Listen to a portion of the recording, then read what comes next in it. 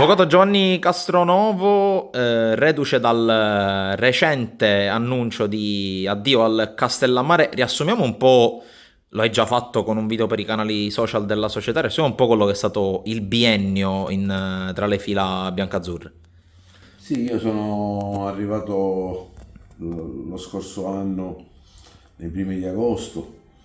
attraverso diciamo, un contatto casuale che c'è stato tra la buonanima di Bino Abisso e Mister Mione. Nel corso di questa conversazione Bino, che è il mio amico, e che con questa intervista lo voglio ricordare ancora una volta, gli ha rappresentato a Mione il fatto che non aveva impegni e che quindi avrebbe potuto, come dire, suggerire la mia presenza a Castellammare. Mione l'ha accolto volentieri, sono andato a Castellammare quasi per una scommessa che ho vinto perché che abbiamo vinto, voglio precisare perché il lavoro di equipe è stato fondamentale, ma sono andato in un ambiente dove conoscevo qualcuno di vista e nulla più, non sapevo cosa mi aspettava, però diciamo che il sesto senso mi ha spinto verso Castellammare ed è stata una scelta felice sotto tutti i punti di vista, perché ho trovato una cittadina deliziosa, delle persone squisite, un rapporto fraterno che nato dal nulla con Peppe Mione, di grande collaborazione, nessuna invidia, nessun tipo di protagonismo da parte dell'uno nei confronti dell'altro, tutti per il bene collettivo che era il Castellammare, un gruppo squadra eccezionale con degli under che secondo me erano i più forti della categoria, con gli anziani che hanno supportato, un po' di fortuna, perché in alcune occasioni la fortuna è stata dalla nostra parte, abbiamo centrato un traguardo storico che è il quarto posto, che rappresenta diciamo, il massimo storico per Castellammare calcistica e rappresenterà certamente una delle pagine indelebili della storia di questo club. Quest'estate c'è stato un attimo diciamo, di ripensamento perché ero stato contattato dalla Parmonval per cercare di rifondarla, poi non c'è stata una condivisione di idee, sono stato richiamato dal Castellammare, sono tornato, ma ero consapevole che quest'anno non sarebbe stata la stessa cosa, ma non per colpa di qualcuno, ma perché è ovvio che nella vita ripetersi non è mai facile. E difatti è andata così, nel senso che abbiamo fatto un buon campionato, soprattutto nella parte del girone d'andata. Poi nel girone di ritorno, nel momento in cui a metà del girone di ritorno dovevamo spiccare il volo verso la zona playoff, nelle partite in casa con Casteldaccia e Parmonval, che speravamo di raccogliere il massimo dei punti, ne abbiamo raccolto uno solo. E lì è cominciata una mini crisi che si è protratta fino a farci un po' preoccupare di precipitare nella zona playout. Fortunatamente i ragazzi hanno poi vinto la partita a Trapani con l'Accademia, si è pareggiato in casa con la Folgore e là diciamo, è arrivata la matematica della salvezza e va bene così, tenuto conto che i playoff non sono stati neanche disputati e tenuto conto che l'obiettivo stagionale era questo, è stato centrato e siamo contenti per questo. Ecco, una volta chiusa questa parentesi, per te è già tempo di pensare al futuro. Non mancano i rumors che ti riguardano, sembri quasi un calciatore particolarmente corteggiato. Dici un po' per quello che naturalmente ci puoi dire, cosa può avere in serbo il futuro per te. Penso che dopo 16 anni di eccellenza possa essere arrivato il momento di una consacrazione no, calcistica, di un salto di categoria, quindi penso che quest'anno il campionato che seguirò e la società di cui farò parte sarà di Serie D. E ci sono alcuni movimenti, alcune situazioni, alcuni contatti, ma per correttezza nei confronti di tutti finché non sarà messo nero su bianco non posso sbilanciarmi. Però penso proprio che quest'anno farò questa grande esperienza di un campionato di Serie D che a me manca e che vorrei diciamo, seguire da dirigente ovviamente per arricchire il mio bagaglio calcistico. Ecco,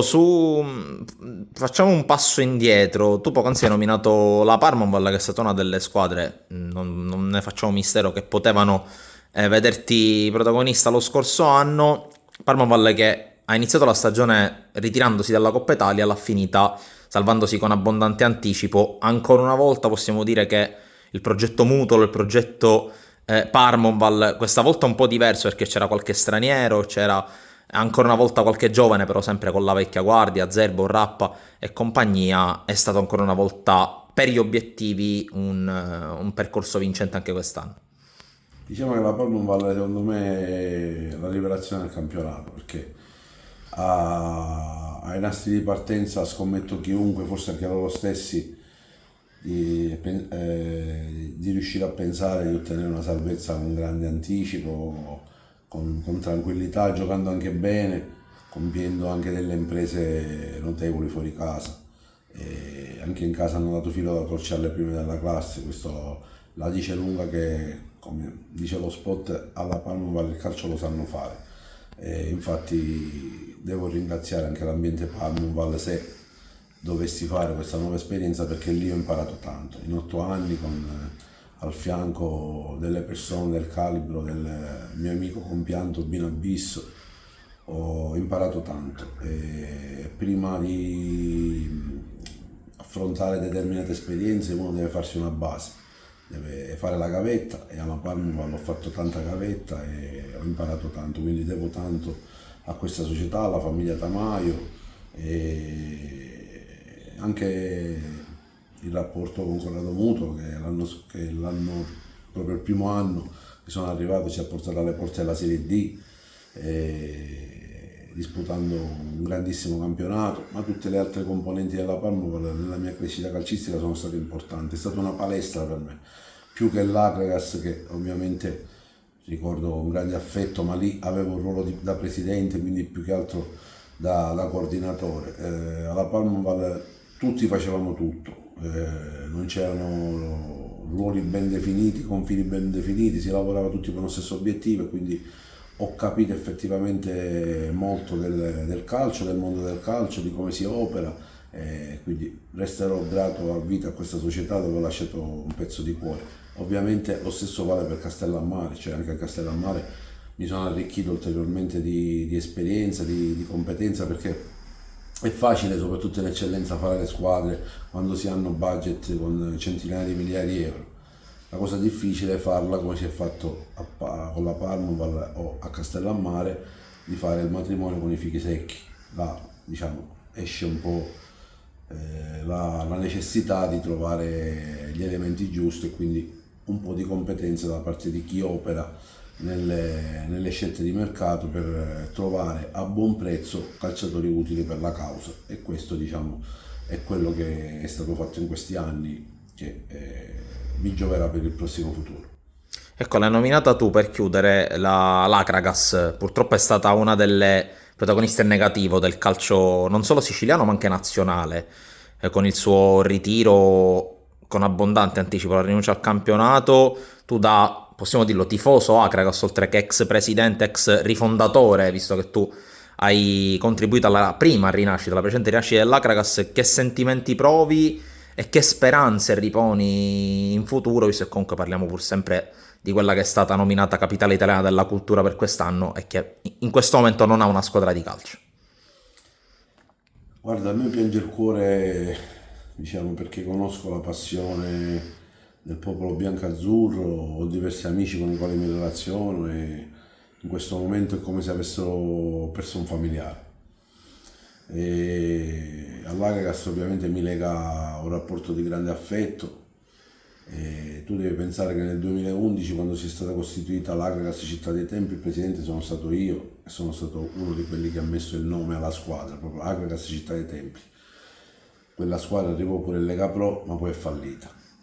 La stessa esperienza si è ripetuta nel 2019 perché inizialmente il titolo mi pare che era del Racalmuto, è passato ad Agrigento con la nominazione Olimpica Agragas, sono subentrato io come presidente, l'abbiamo trasformata in Agragas 2018, è arrivata in Serie D, oggi non c'è più, quindi è come se fossero due miei figli che sono calcistici ovviamente, che sono scomparsi e non so che dirti sul futuro perché le norme federali sono molto stringenti. per fare calcio occorrerebbe che una società limitrofa ceda il titolo o faccia una fusione e non vedo grandi prospettive all'orizzonte. Spero di sbagliarmi perché sento dei rumors di qualche società di eccellenza di girone B che dovrebbe vendere il titolo per poi trasferirlo ad Agrigento, non so con quale meccanismo. Me lo auguro con tutto il cuore perché Agrigento mancherebbe al panorama calcistico, l'Agragas mancherebbe ai suoi tifosi. Già Agrigento è una città piena di problemi, capitale della cultura sulla carta, perché poi di fatto se guardiamo i giornali, guardiamo le iniziative che sono state fatte, diciamo che qui esuliamo dal calcio, andiamo nel sociale,